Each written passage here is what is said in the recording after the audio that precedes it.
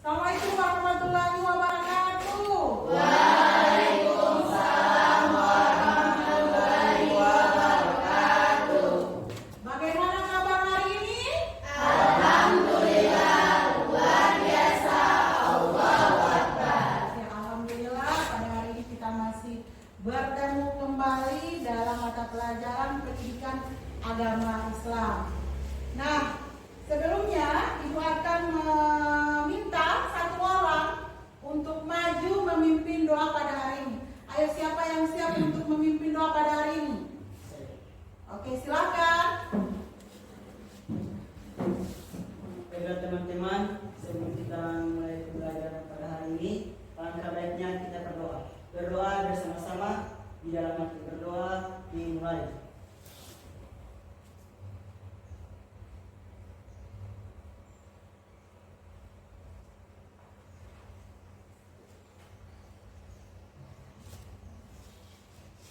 Berdoa selesai. Alhamdulillah. Nah, sekarang sebelum melanjutkan materi, Ibu akan mengecek kehadiran pada hari ini ya. Ibu akan panggil satu persatu, kemudian apabila dia laki-laki menjawab hadir, dan apabila perempuan maka dia menjawab hadiro. Boleh?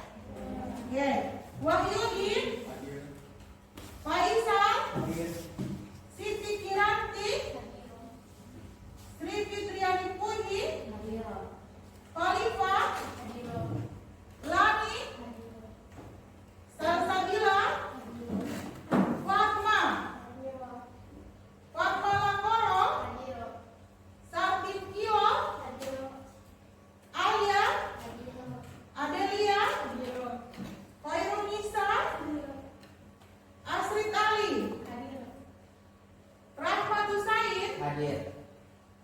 Adin, Nabila.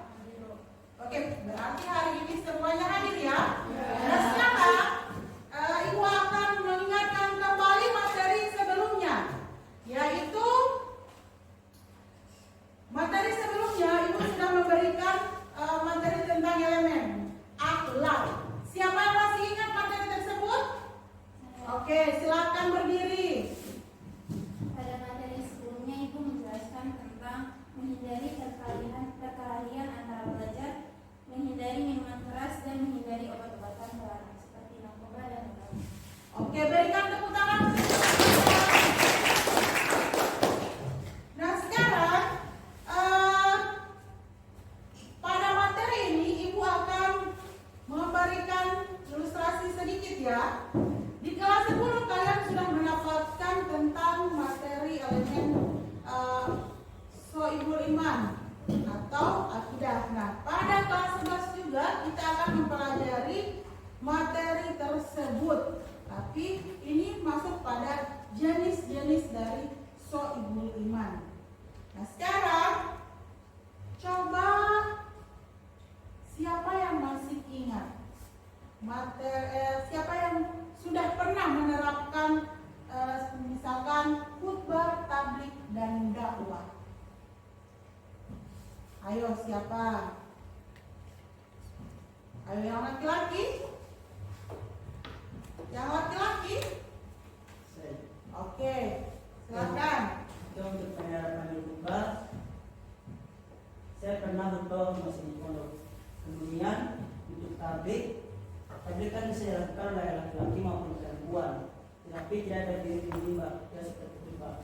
Itu seperti waktu kita melakukannya seperti di perkumpulan seperti kajian ataupun perkumpulan lain. Oke, berikan aplaus untuk saya. Nah, sekarang materi kita pada hari ini kita akan membahas tentang khutbah, tablik, dan dakwah pada elemen fikih. Nah, saya akan bacakan dulu ya. Capaian tujuannya ya, CP. Peserta didik mampu memahami sumber hukum Islam dan pentingnya menjaga 5 prinsip dasar Islam, yaitu Al-Qur'an, Al-Khamsah. Nah, tujuannya yang pertama yaitu peserta didik dapat menjelaskan apa sih ketentuan dari khutbah, tablik, dan dakwah. Dan kemudian peserta didik dapat mempresentasikan apa saja ketentuan-ketentuan dari khutbah tabligh dan dakwah. Nah, saya akan memperlihatkan gambar ya. Perhatikan gambar ini. Gambar pertama yaitu gambar khutbah. Kemudian gambar kedua tentang tabligh. Dan gambar yang ketiga yaitu dakwah. Nah, oke. Sebelum kita masuk pada materi, nah sekarang saya akan berikan kalian instruksi dulu ya. Ketika saya katakan, perhatikan ya, tangan saya perhatikan. Ketika saya katakan gajah, maka tangan kalian seperti ini. Coba praktikkan dulu. Gajah, semut, lebih tinggi. Gajah, semut, gajah. Dengan apa ya? Dengan apa dari saya? Oke. Semut, gajah, semut. Gajah masuk pada pembentukan kelompok. Ibu akan membagi kalian dalam beberapa kelompok. Yang pertama yaitu kelompok khutbah, tabligh, dan dakwah. Kalian hitung ya, kita bagi secara heterogen. Oke, dari kelompok dari sisi kanan saya ya, kanan ya, berhitung 1, 2, 3. Kemudian berikutnya lagi, boleh? Oke, silakan. 1, 2, 3. 2, 3, 1, 2, 3, 1, 2, 3, 1, 2. 3, 1, 2. Oke, sudah? Nah, sekarang silakan duduk berkelompok. Oke, nah sekarang coba perhatikan ya, setelah ibu sudah membagi kalian secara kelompok, maka ibu akan membagikan materi-materi apa saja yang akan kalian bahas pada kelompok masing-masing. Coba mana kelompok 1? Ya, untuk kelompok 1 akan membahas tentang ketentuan dari khutbah.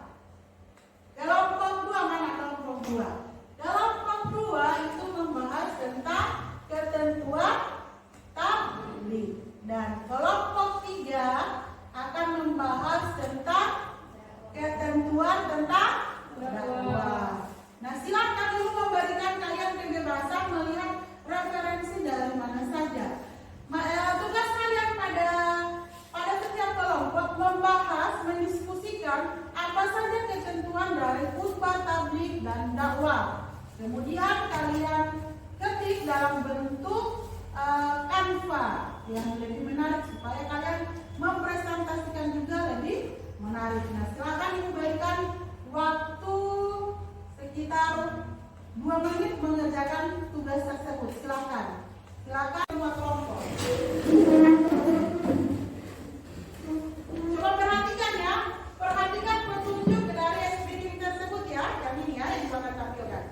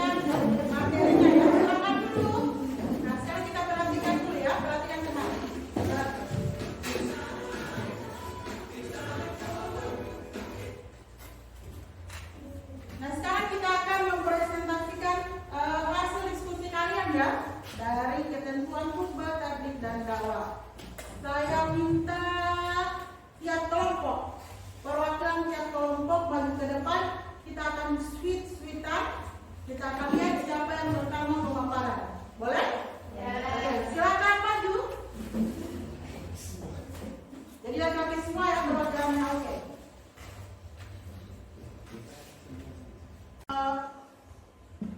Pematerinya. Ya. Silakan. Assalamualaikum warahmatullahi wabarakatuh. Waalaikumsalam warahmatullahi wabarakatuh. Baiklah, kami dari kelompok dakwah akan mempresentasikan hasil diskusi kami yang akan disampaikan oleh pemateri kami yaitu Fatma Lapor. Kepada Fatma Lapor dipersilakan. Baik, terima kasih moderator. Di sini saya sebagai moderator, saya akan memaparkan materi kami yaitu tentang dakwah. Yang pertama tentang pengertian dakwah. Dakwah adalah ajakan atau seruan kepada orang lain untuk mengikuti ajaran Islam. Dakwah bersifat lebih luas daripada tabligh, karena tidak hanya menyampaikan, tetapi juga mengajak untuk mengamalkan dan menegakkan ajaran agama. Selanjutnya ketentuan dakwah. Dakwah dapat dilakukan oleh setiap muslim yang memahami ajaran Islam, baik kepada sesama muslim atau dakwah internal maupun non-muslim atau dakwah eksternal. Tujuan dakwah adalah untuk menyeru umat manusia kepada kebaikan, menyuruh yang ma'ruf dan mencegah yang munkar atau buruk, serta meningkatkan ketakwaan umat. Metode dakwah sangat fleksibel, bisa dilakukan secara langsung seperti melalui khutbah dan tabligh, atau tidak langsung seperti menulis buku, artikel, atau menggunakan media sosial. Cara berdakwah sebaiknya penuh dengan hikmah, nasihat yang baik, dan argumen yang baik. Quran surat An-Nahl ayat 125. Selanjutnya, dalil dakwah. Al-Quran, Allah Subhanahu wa Ta'ala berfirman, "Dan hendaklah ada di antara kamu segolongan umat yang menyuruh kepada kebaikan, menyuruh kepada yang ma'ruf dan mencegah dari yang munkar. Merekalah orang-orang beruntung." Quran surat Al-Imran ayat 104. Al-Quran Allah juga memerintahkan berdakwah dengan cara yang baik. Serulah manusia kepada jalan Tuhanmu dengan hikmah dan pelajaran yang baik, dan bantalah mereka dengan cara yang baik. Quran surat An-Nahl ayat 125. Sekian dari saya kembalikan kepada moderator. Baiklah, juga hasil pemaparan materi kami. Sekian, terima kasih. Wassalamualaikum warahmatullahi wabarakatuh. Baiklah, selanjutnya kami membuka sesi tanya jawab. Kepada masing-masing kelompok dipersilakan dibatasi 1 pertanyaan.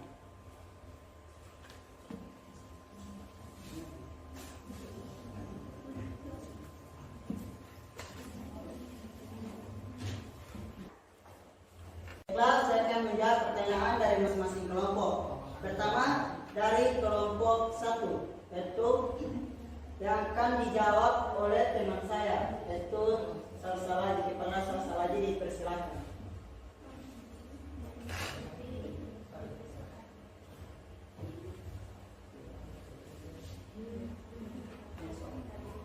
Baik, pertanyaannya adalah apakah dalil dakwah Al-Quran surat An-Nahl ayat 125?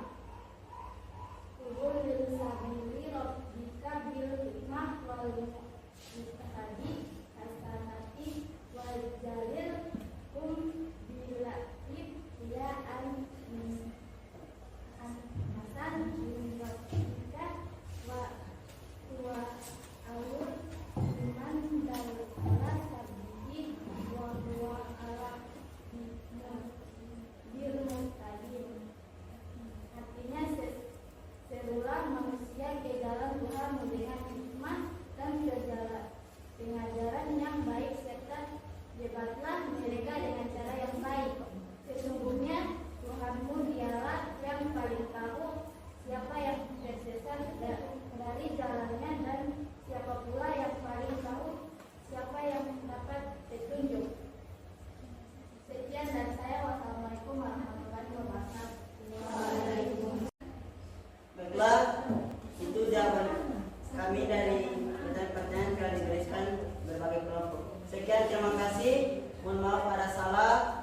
Wassalamualaikum warahmatullahi wabarakatuh. Waalaikumsalam warahmatullahi wabarakatuh. Untuk kelompok dakwah, silakan kembali ke tempat ya. Saya akan mempertegas lagi ya bahwasanya, perhatikan ya, bahwasanya dakwah itu bisa saja kita lakukan di mana saja. Terutama menyangkut pertanyaan dari kelompok 2 ya, menyatakan bagaimana dakwah kita lakukan pada dunia sekarang yang serba IT. Yang pertama yaitu kita memisah kata-kata bijak atau kata-kata yang baik di dalam akun kita, medsos kita ya. Apalagi sekarang ini maraknya pembulian untuk para siswa dan para siswi. Nah, itu adalah salah satu dakwah yang kita lakukan pada medsos. Oke, ada lagi pertanyaan? Kalau sudah tidak ada, maka kita akan simpulkan pertemuan kita pada hari ini. Ada? Masih ada pertanyaan dari kelompok-kelompok lain? Oke, nah sekarang saya akan memaparkan kesimpulannya dari materi ketiga materi ini ya, yaitu tentang khutbah, tabligh dan dakwah. Untuk persamaan khutbah dan tabligh dan dakwah itu semuanya yaitu memberikan nasihat ataupun mengajak kita manusia dalam kebaikan. Tetapi perbedaannya yaitu ketika khutbah dilakukan dengan syarat-syarat dan ketentuan tertentu. Misalkan khutbah pernikahan maka dilakukan pada saat pernikahan. Khutbah Jumat, khutbah Idul Fitri dan Idul Adha. Tapi dakwah dan tabligh itu dilakukan di mana saja dan kapan saja, dan siapapun bisa melakukannya. Nah sekarang Ibu mau tanyakan, ada yang mau menyimpulkan dari kelompok mana yang mau menyimpulkan dari semua materi yang kita pelajari pada hari ini? Satu orang saja ya, menyimpulkan semua materi ini. Ada? Ada?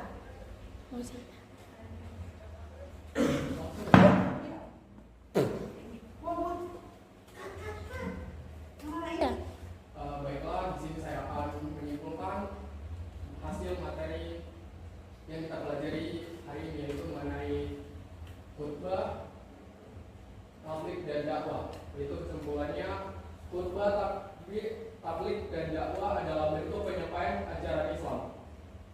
Khutbah biasanya disampaikan dalam acara formal seperti sholat Jumat, bersifat terstruktur dan menyentuh isu keagamaan atau sosial. Tabligh adalah penyampaian pesan agama secara langsung kepada masyarakat, seringkali tanpa jadwal formal untuk memperkuat iman. Dakwah adalah usaha menyebarkan Islam secara umum, mencabut khutbah, tabligh, tulisan, atau media lain dengan tujuan mengajak ke jalan Allah. Sekian kesimpulan dari saya. Oke, berikan tepuk tangan. Saya akan menyimpulkan ya. Yang pertama yaitu ketiga konsep ini saling berkaitan ya, dalam upaya menyebarkan dan memperkuat ajaran Islam. Khutbah lebih bersifat formal, sedangkan tabligh cenderung komunikatif dan fleksibel. Sedangkan dakwah adalah konsep besar yang mencakup semua aktivitas yang bertujuan mendekatkan manusia kepada jalan Allah, dan keberhasilan semua ini membutuhkan keikhlasan, ilmu yang benar dan metode yang hikmah. Nah sekarang untuk refleksi kita pada hari ini yaitu kesulitan apa saja yang dialami kalian temui dalam aktivitas pembelajaran hari ini. Yang pertama itu ya. Yang kedua, kendala apa saja yang kalian hadapi dalam melakukan aktivitas berpikir kritis, kreatif, mandiri dalam proses pengolahan data dalam konten atau materi ini. Kemudian, apa yang membuat kalian responsif dan apa yang membuat kalian no responden terhadap konsep tersebut, konsep ini ya. Kemudian pengalaman apa yang kalian temui pada konten ini. Nah sekarang kita masuk pada sebelum kita pulang ya, kita masuk pada penugasan LKPD. Silakan kalian buka